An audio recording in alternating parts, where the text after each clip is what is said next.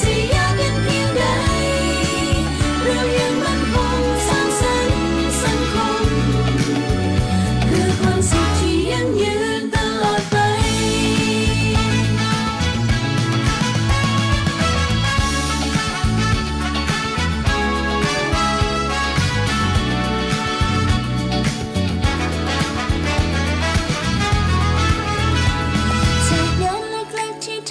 สู่รอยยิ้มที่ได้รับมา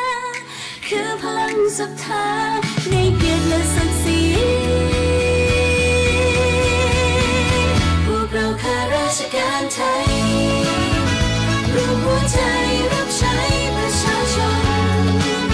ด้วยความซื่อตรงจะยากเย็นเพียงใดเรายังมั่นคงสร้างสรรค์สังคมเพื่อความสุขที่ยั่งยืนตลอดไป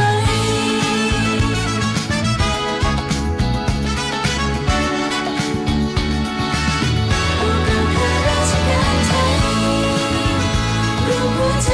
รับใช้ประชาชนด้วยความซื่อตรงจะยากเย็นเพียงใดเรายังมั่นคงสร้างสรรค์สังคมเพื่อความสุขที่ยั่งยืนตลอดไป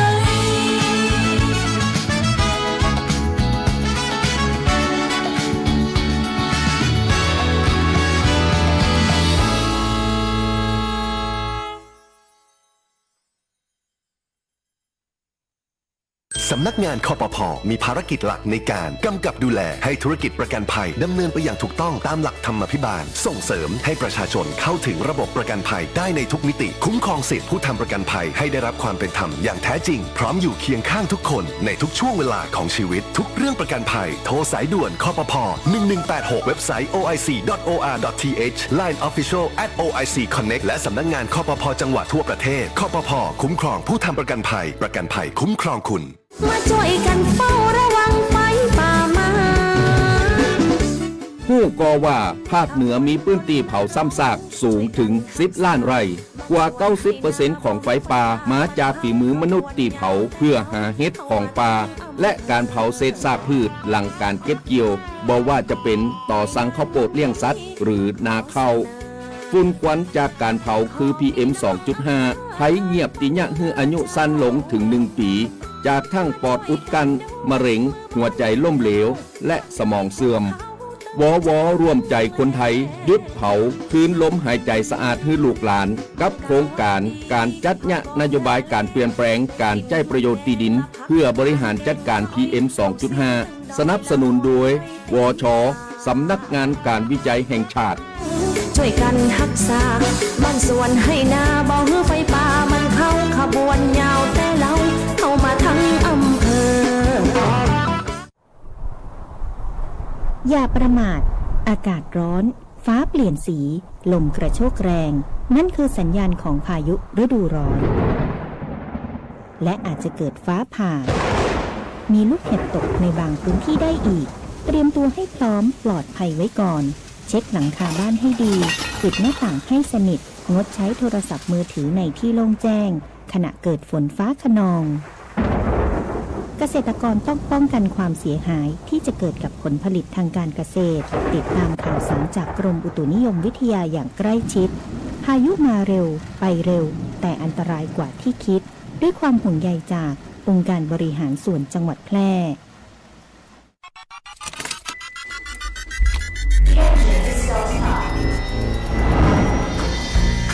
ชีวิตวิถีใหม่ขับขี่อย่างปลอดภัยไร้อุบัติเหตุด้วยความปรารถนาดีจากสถานีวิทยุกระจายเสียงแห่งประเทศไทยจังหวัดแพร่ FM 91 เมกะเฮิรตซ์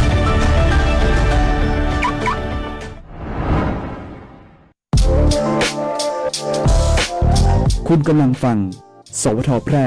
FM 91 เมกะเฮิรตซ์กรมประชาสัมพันธ์สถานีเพลงเพราะ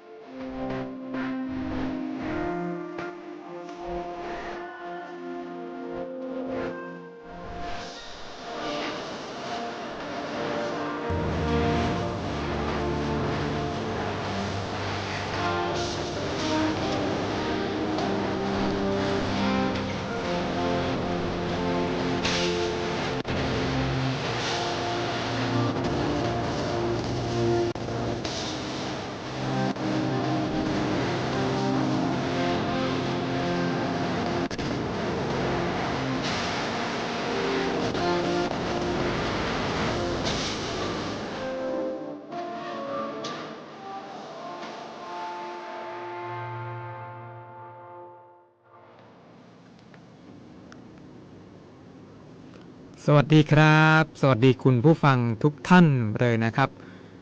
วันนี้บ่าย3ครับอยู่กันในรายการม่วนใจบ่าย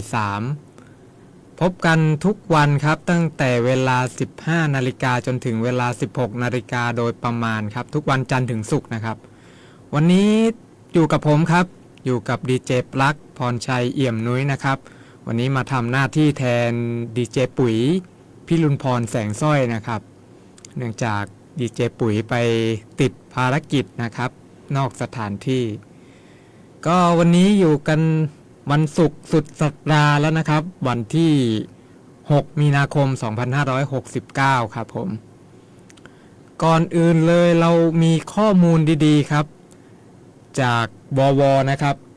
สถาบันวิจัยวิทยาศาสตร์และเทคโนโลยีแห่งประเทศไทยครับ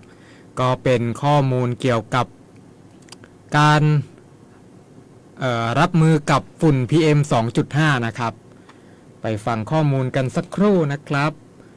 ก็ทุกปีนะครับเมื่อเข้าสู่ฤดูแล้งหลายพื้นที่ในภาคเหนือของเราก็จะเริ่มมีปัญหาหมอกควันแล้วก็ฝุ่น PM 2.5 กลับมาอีกแล้วครับปัญหานี้ไม่ได้เป็นแค่เรื่องของสภาพอากาศนะครับแต่ยังส่งผลถึงคุณภาพชีวิตและสุขภาพของพวกเราทุกคนเลยครับวันนี้ก็มีข้อมูลดีๆครับจากสถาบันวิจัยวิทยาศาสตร์และเทคโนโลยีแห่งประเทศไทยหรือวว.ครับด้วยการสนับสนุนจากสำนักงานวิจัยแห่งชาติหรือวช.นะครับภายใต้โครงการจัดทำนโยบายการเปลี่ยนแปลงการใช้ประโยชน์ที่ดินเพื่อบริหารจัดการ PM 2.5 ก็นำมาฝากกันในวันนี้นะครับโดยคุณผู้ชมรู้หรือไม่ครับสาเหตุอันดับหนึ่งของไฟป่าในภาคเหนือมากกว่า 90% มาจากการเผาเพื่อหาของป่าครับไม่ว่าจะเป็นเห็ดป่าผักหวานป่าหลายคนยังไม่มีความเข้าใจนะครับหรือเข้าใจผิดว่าการเผาแล้วผลผลิตทั้งเห็ดทั้งผักหวานเนี่ยจะออกมาดีสำหรับผักหวานก็จะแตกยอดอ่อนออกมานะครับแต่ในความเป็นจริงแล้วความร้อนจากไฟเนี่ยทำลายระบบนิเวศของดินอย่างรุนแรงเลยนะครับทำให้ความหลากหลายทางชีวภาพนี่ก็ลดลงครับส่งผลทำให้ความเสื่อมโทรมของดินเกิดขึ้นอย่างรุนแรงจนเพราะปลูกอะไรก็ไม่ได้ผลในระยะต่อมาด้วยนะครับการเผาไหม้ซ้ำซากในพื้นที่กว่า10ล้านไร่ในภาคเหนือเนี่ยทำให้สภาพภูมิประเทศที่เป็นแอ่งกระทะทำให้เกิดฝุ่น PM 2.5 จนกลายเป็นภัยเงียบนะครับจากข้อมูลระบุว่าฝุ่นเหล่านี้ทำให้เสี่ยงต่อโรคมะเร็งปอดหัวใจล้มเหลวสมองเสื่อมส่งผลให้คนไทยมีอายุเฉลี่ยสั้นลงถึง1 ปีเลยครับนอกจากนี้การเผายังมีโทษหนักต้องจำคุกสูงสุดถึง7 ปีหรือปรับไม่เกิน 140,000 บาทเลยทีเดียวนะครับวว.ก็ได้นำเสนอแนวทางในการแก้ปัญหาดังกล่าวโดยการส่งเสริมโครงการดีๆได้แก่โครงการแรกครับการเพาะเห็ดป่าและการปลูกผักหวานป่าเพื่อสนับสนุนการเกษตรผสมผสานคือการเพาะเห็ดป่าเพาะเห็ดป่าไมโครไรซ่านะครับเช่นเห็ดตับเตาเห็ดระโงกเห็ดเพาะหรือเห็ดไข่เหลืองและการปลูกผักหวานป่าร่วมกับพืชชนิดอื่นที่หลากหลายชนิดมากขึ้นนะครับเพื่อเพิ่มมูลค่าและสร้างรายได้แก่ชาวบ้านและชุมชนของเราครับการใช้ประโยชน์จากวัสดุเหลือทิ้งในโครงการที่2แล้วนะครับคือการใช้ประโยชน์จากวัสดุเหลือทิ้งในการผลิตปุ๋ยอินทรีย์ครับเพื่อที่จะนำมาช่วยเกษตรกรและชาวบ้านในพื้นที่ของจังหวัดเราก็คือการเกษตรผสมผสานและวรรณเกษตรแทนการเผาโดยการนำวัสดุเหลือทิ้งทางการเกษตรเช่นเศษพืชสังข้าวโพด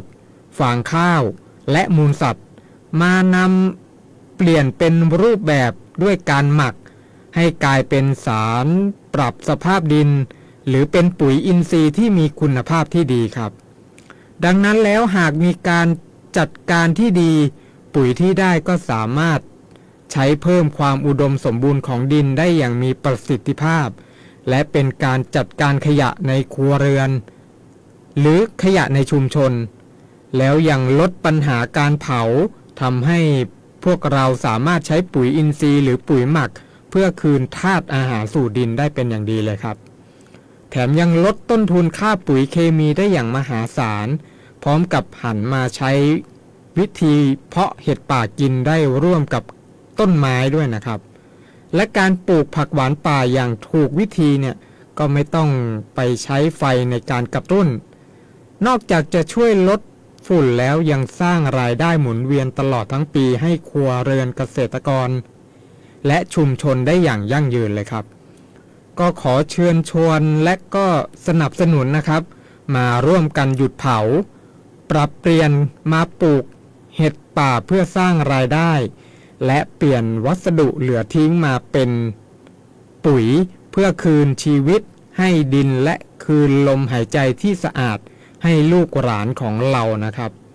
ก็ต้องขอบคุณข้อมูลดีๆจากสถาบันวิจัยวิทยาศาสตร์และเทคโนโลยีแห่งประเทศไทยหรือวว.ไว้ด้วยนะครับซึ่งก็ได้รับการสนับสนุนจากสำนักงานการวิจัยแห่งชาติหรือวช.ครับที่ร่วมกันผลักดันงานวิจัยเพื่อแก้ไขปัญหา PM 2.5 อย่างยั่งยืนก็หากมีผู้สนใจก็สามารถสอบถาม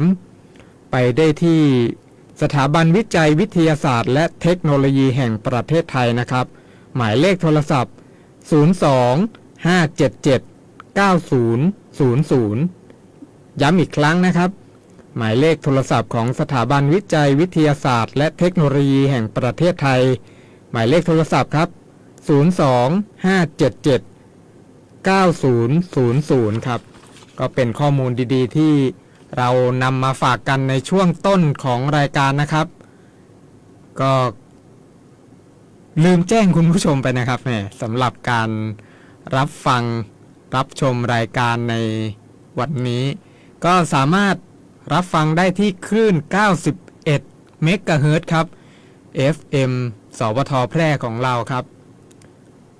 FM 91เมกะเฮิรตซ์แล้วก็อีกช่องทางหนึ่งก็คือที่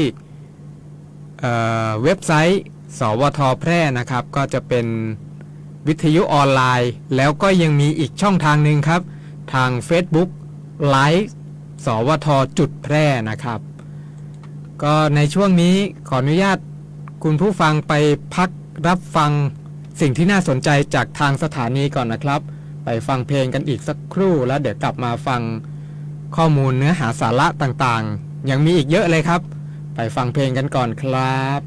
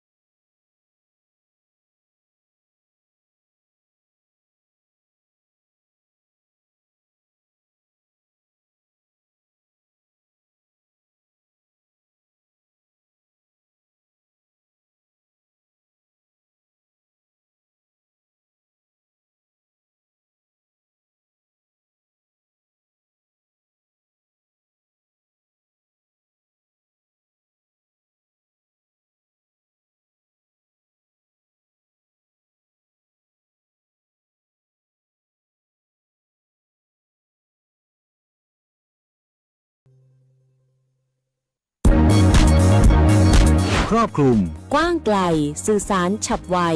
ฟังสวทแพร่ FM 91 MHz กรมประชาสัมพันธ์ สื่อรัฐพัฒนาคุณภาพชีวิตคนจังหวัดแพร่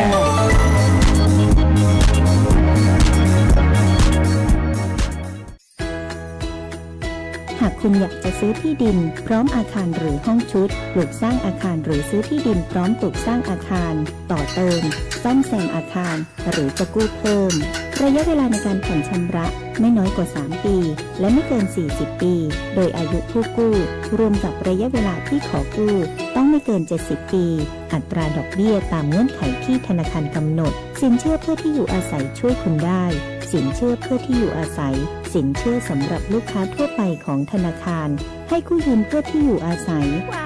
โทรเลย 054-621-490-5 ทอสแพร่หรือติดต่อได้ที่ธนาคารอาคารสงเคราะห์ใกล้บ้านหรือ LINE GHB Buddy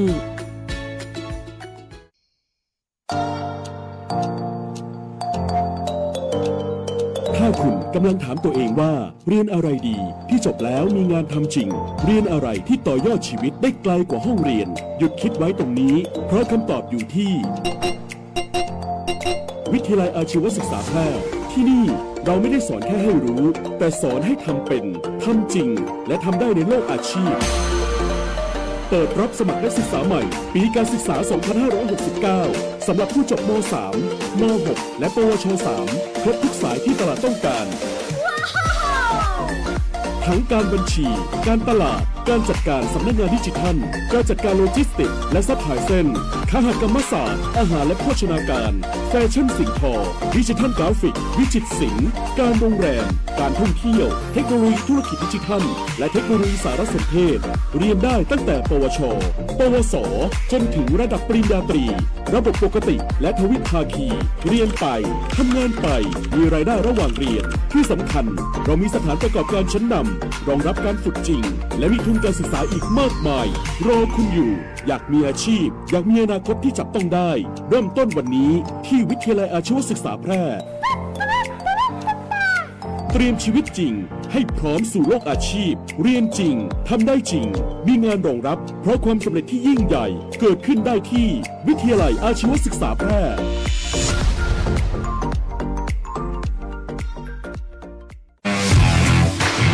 รัฐบาลไทยประกาศสงครามสแกมเมอร์รัฐบาลจึงได้ประกาศสงครามกับสแกมเมอร์ในฐานะที่สแกมเมอร์เป็นวาระแห่งชาติและในวันนี้ผมก็ได้ใช้โอกาสนี้มารายงานความคืบหน้าและเน้นย้ำถึงสิ่งที่เราต้องร่วมกันทำต่อไปรัฐบาลได้จัดตั้งคณะกรรมการอำนวยการป้องกันและปราบปรามอาชญากรรมทางเทคโนโลยีขึ้นมาโดยมีผมเป็นประธานด้วยตนเองเพื่อให้ทุกหน่วยงานทำงานไปในทิศทางเดียวกันเราได้มีการลงนามบันทึกความเข้าใจระหว่าง 15 หน่วยงานหลักทั้งภาครัฐและภาคเอกชนตลอดจนสถาบันการเงินเพื่ออุดช่องโหว่ทางการเงินและตัดเส้นทางเงินของกระบวนการอาชญากรรมเหล่านี้ให้สิ้นซากรวมพลังคนไทยต้านภัยสแกมเมอร์นายอนุทินชาญวีรกูลนายกรัฐมนตรี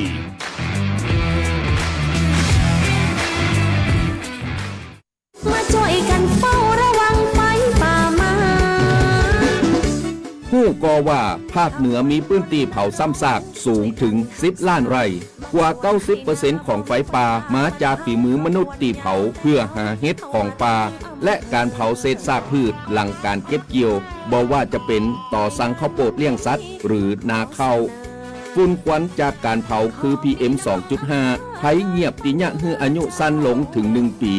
จากทั้งปอดอุดกันมะเร็งหัวใจล้มเหลวและสมองเสื่อมวร่วมใจคนไทยหยุดเผาคืนลมหายใจสะอาดให้ลูกหลานกับโครงการจัดยะนโยบายการเปลี่ยนแปลงการใช้ประโยชน์ที่ดินเพื่อบริหารจัดการ PM 2.5 สนับสนุนโดยวช.สำนักงานการวิจัยแห่งชาติช่วยกันรักษาบ้านสวนให้นาบ่ฮือไฟป่ามันเข้าขบวนยาวแต่เราเข้ามาทั้งอำเภอ คุณกำลังฟัง FM 91 MHz สถานีวิทยุกระจายเสียงแห่งประเทศไทยจังหวัดแพร่ ให้ความรู้คู่ความสุข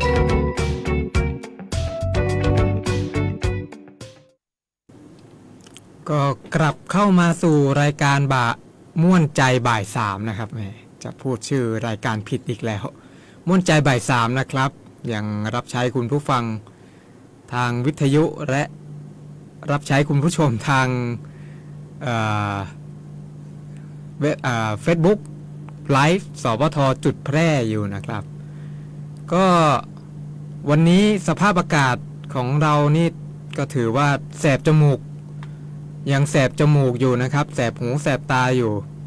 เรามาดูค่าฝุ่น PM 2.5 วันนี้สักนิดหนึ่งนะครับว่าวันนี้เป็นเท่าไหร่วันนี้อากาศถือว่าเริ่มแย่เลยนะครับค่าฝุ่น PM 2.5 อยู่ที่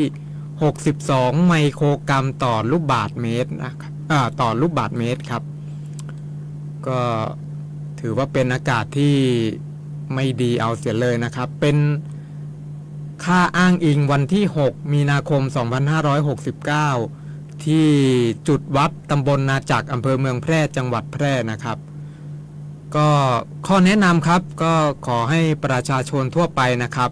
ใช้อุปกรณ์ป้องกันตนเองเช่น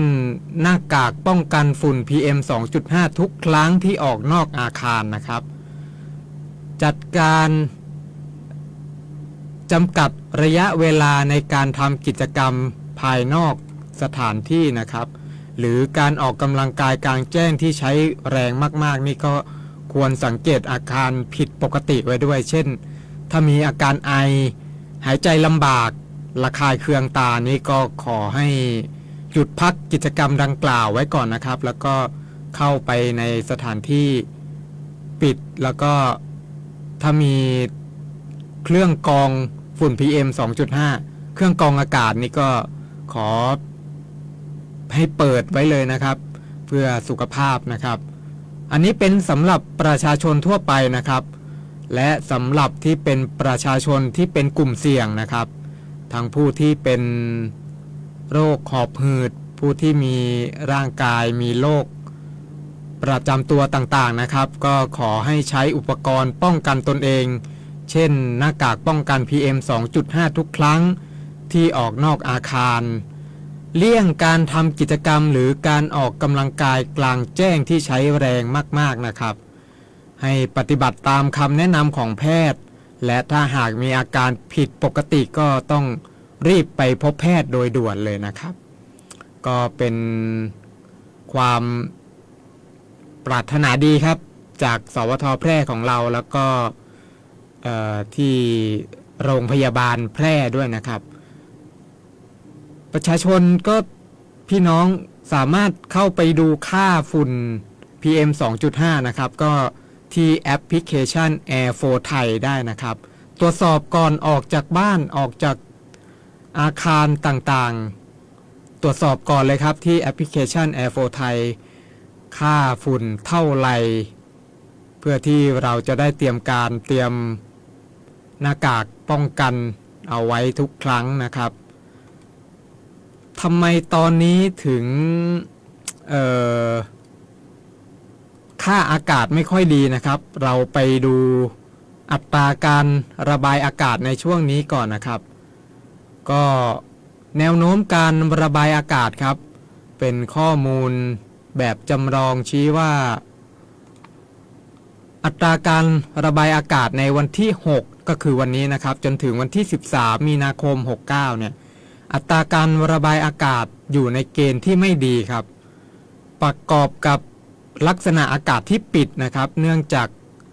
ลมที่พัดปกคลุมมีกำลังอ่อนส่งผลให้เกิดการระบายของฝุ่นละอองและหมอกควันเป็นไปได้อย่างจำกัดครับเกิดการสะสมของฝุ่นละอองและหมอกควันเพิ่มขึ้นนะครับก็ส่วนวันที่8และวันที่14มีนาคม69ครับอัตราการระบายอากาศก็ยังอยู่ในเกณฑ์ที่อ่อนอยู่นะครับในช่วงนี้พวกเราก็ต้องรักษาสุขภาพนะครับมีหน้ากากอนามัยถ้าไม่มีหน้ากาก N95 นี่ก็ใช้หน้ากากอนามัยไปก่อนครับก็อาจจะใส่หลายๆชั้นหรือเอากระดาษทิชชู่นะครับเอามาป้องกันเอามาวางซ้อนเ พื่อที่จะช่วยในการกรอง อาจจะได้มากได้น้อยแต่ก็ถือว่าได้ช่วยในการกรองฝุ่น PM 2.5 นะครับ เรามาดูข้อมูลจากกรมควบคุมโรคนะครับว่าในอัตราค่าฝุ่นเท่าไหร่ถึงจะควรใส่หน้ากากนะครับก็จะแบ่งเป็นสำหรับประชาชนทั่วไปแล้วก็ผู้ที่เป็นกลุ่มเสี่ยงครับสำหรับประชาชนทั่วไปนี่ก็ระดับฝุ่น PM ตั้งแต่ 37.6 นะครับจนถึง 75 นี่ก็ต้องเริ่มใส่หน้ากากอนามัยแล้วครับและถ้ามากกว่า 75 เนี่ยต้องใช้ PM ต้องใช้เรียกว่า N95 เพื่อที่จะมาป้องกันตัวเราเองนะครับสำหรับผู้ที่อยู่ในกลุ่มเสี่ยงนะครับผู้ที่เป็นโรคประจำตัวต่างๆผู้ที่มีโรคหอบหืดเด็กเล็กๆหรือหญิงตั้งครรภ์นะครับรวมถึงทารกในครรภ์ด้วยนะครับก็ถือว่าเป็นกลุ่มเสี่ยงและเราก็ต้องใช้อุปกรณ์ป้องกันที่สามารถป้องกันในเจ้าฝุ่น PM 2.5 นี้ได้นะครับก็ตามที่แนะนำไว้นะครับถ้าอยู่ที่กลางแจ้งสำหรับกลุ่มเสี่ยงครับตั้งแต่คุณภาพอากาศ 25.1 ถึง 37.5 นี่ก็ถือว่าเป็นคุณภาพอากาศปานกลางนะครับแต่ว่าก็ต้องสวมหน้ากากอนามัยไว้แล้วครับตั้งแต่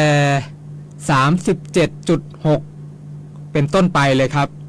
ผู้ที่เป็นกลุ่มเสี่ยงอยู่ที่กลางแจ้งนะครับก็ต้องใช้หน้ากาก N95 หรือเทียบเท่านะครับเพื่อที่จะป้องกันก็เป็นข้อมูลจากกรมควบคุมโรคที่แนะนำการสวมหน้ากากป้องกันฝุ่นนะครับเพื่อที่จะช่วยในการรักษาสุขภาพของเราครับในช่วงนี้ขออนุญาตไปพักฟังเพลงกันอีกสักครู่นะครับเดี๋ยวกลับมาพบข้อมูลที่น่าสนใจกันต่อครับไปฟังเพลงกันก่อนครับ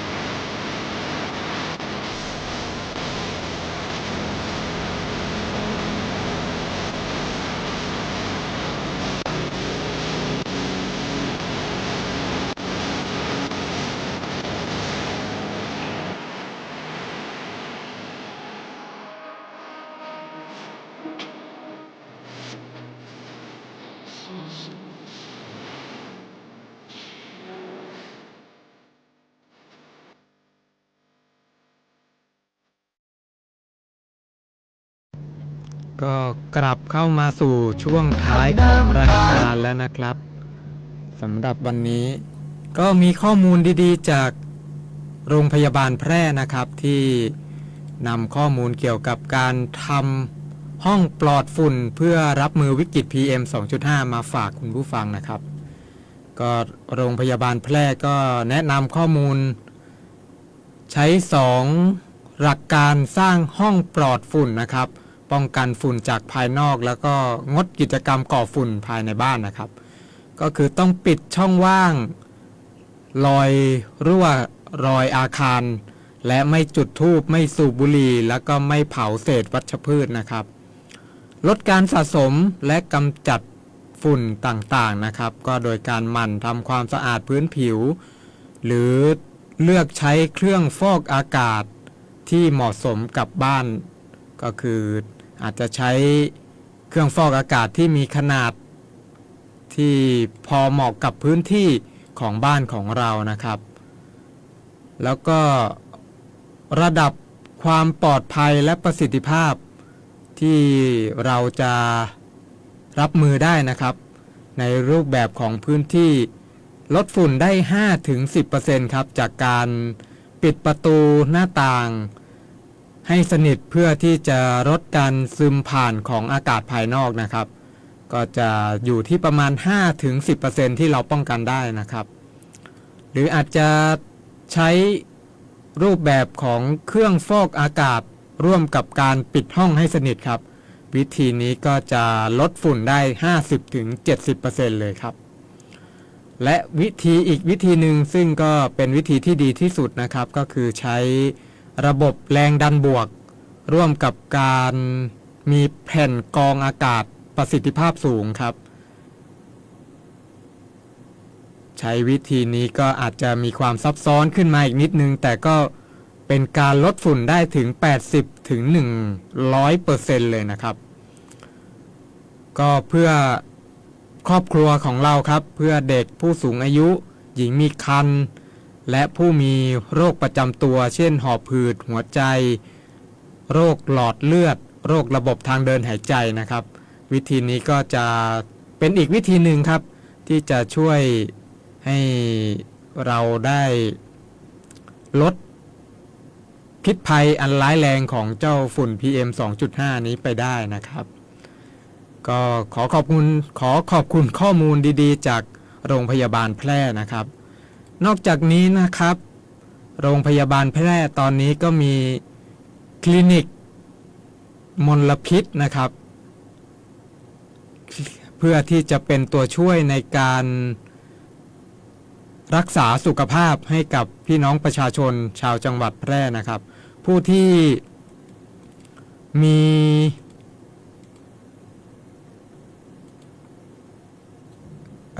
เรียกว่ามีอาการเบื้องต้นนะครับก็สามารถ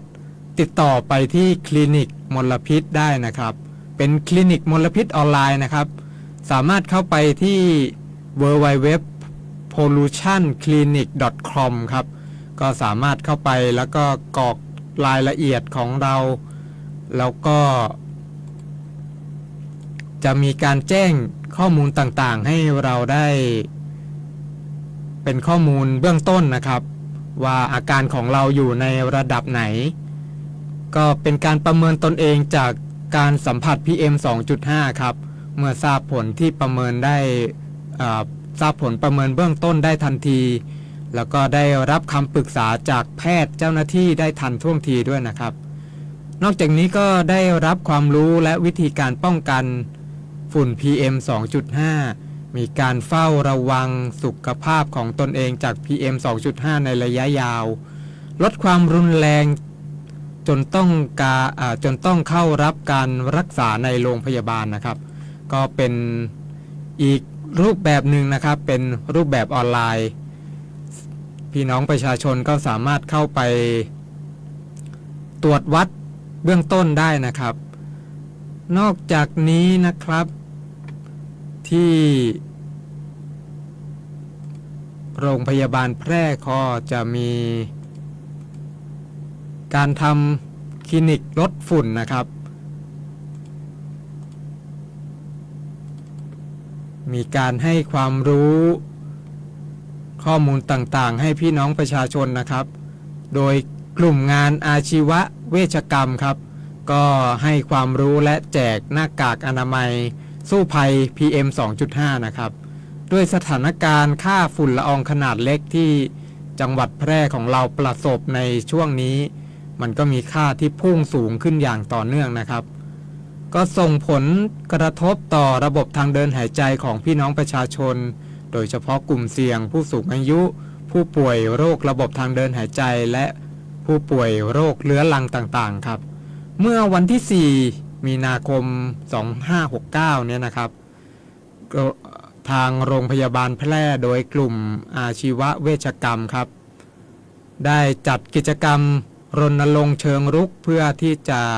เสริมความปลอดภัยของผู้ป่วยญาติผู้ป่วยโดยทีมแพทย์พยาบาลและเจ้าหน้าที่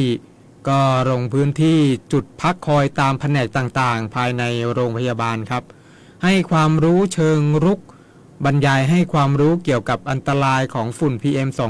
2.5 การสังเกตอาการผิดปกติของร่างกายวิธีปฏิบัติตนเองเพื่อดูแลสุขภาพในช่วงวิกฤตของฝุ่นควันครับพร้อมทั้งแจกหน้ากากป้องกันฝุ่นโดยการแจกหน้ากาก N95 ให้กับผู้ที่มารับบริการนะครับทั้งผู้สูงอายุผู้ป่วยที่นั่งรถเข็นและญาติที่มาเฝ้าไข้นะครับนอกจากนี้ก็ยังสาธิตวิธีการสวมหน้ากากที่ถูกต้องและมิดชิดด้วยนะครับก็โรงพยาบาลแพร่ก็ขอความร่วมมือประชาชนทุกท่านดูแลสุขภาพในช่วงนี้เป็นพิเศษครับโดยการงดกิจกรรมกลางแจ้งเป็นเวลานานๆแล้วก็ขอให้ปิดประตูหน้าต่างให้มิดชิดสวมหน้ากากอนามัยที่สามารถป้องกันฝุ่นละอองได้ทุกครั้งนะครับที่ออกจากบ้านและหากมีอาการผิดปกติครับเช่นไอเรื้อรังหายใจลำบากแน่นหน้าอกก็ควรที่จะรีบมาพบแพทย์อย่างทันท่วงทีครับก็เป็นความปรารถนาดีของทีมคลินิกมลพิษออนไลน์ของโรงพยาบาลแพร่นะครับก็เป็นเรื่องราวข้อมูลดีๆที่นำมาฝากคุณผู้ฟังคุณผู้ชมทั้งทางออนไลน์และทางวิทยุนะครับสำหรับวันนี้ก็เป็นช่วงท้ายของรายการแล้วครับวันนี้ก็ขออนุญาตลาคุณผู้ฟังคุณผู้ชมไปก่อนนะครับโชคดีมีความสุขครับแล้วก็รักษาสุขภาพทุกท่านด้วยนะครับฝุ่น PM 2.5 มันลายครับไปแล้วครับขออนุญาตลาไปก่อนนะครับสำหรับวันนี้พบกันอีกครั้งวันจันทร์หน้ากับรายการม่วนใจบ่าย 3ครับพบกันทุกวันจันทร์ถึงศุกร์ 15 นาฬิกาถึง 16 นาฬิกานะครับสำหรับวันนี้ขออนุญาตลาไปก่อนครับสวัสดีครับฟังเพลงกันก่อนนะครับขาดวิตามินให้กินผักแต่ถ้าขาดความรักให้กินปลาบรรเลง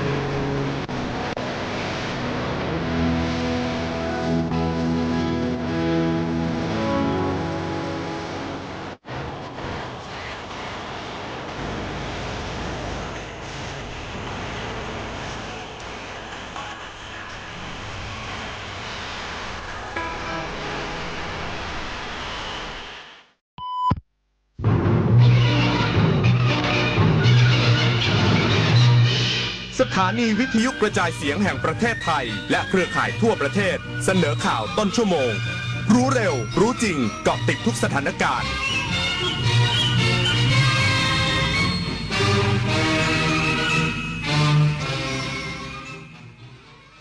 รับฟังข่าวต้นชั่วโมง 16 นาฬิกากับนฤนาถแข็งขัน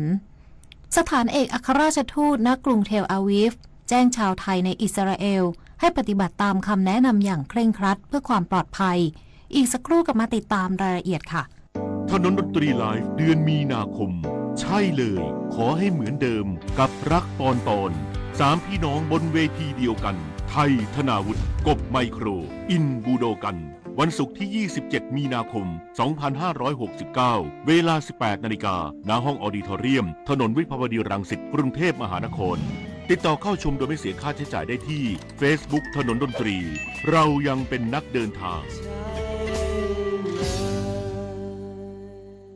เอกลักษณ์ประจำชาติไทย 6 อย่างที่คนไทยต้องรู้สัตว์ประจำชาติคือช้างไทยดอกไม้ประจำอีกสักครู่กลับมาติดตามรายละเอียดค่ะถนนดนตรีไลฟ์เดือนมีนาคมใช่เลยขอให้เหมือนเดิมกับรักปอนตอน3พี่น้องบนเวทีเดียวกันไทยธนาวุฒิกบไมโครอินบูโดกันวันศุกร์ที่ 27 มีนาคมประจำชาตินาควัฒนธรรมประจำชาติการไหว้แบบไทย6 เอกลักษณ์ประจำชาติสะท้อนความเป็นไทยให้โลกจำสื่อสารตัวตนของไทยให้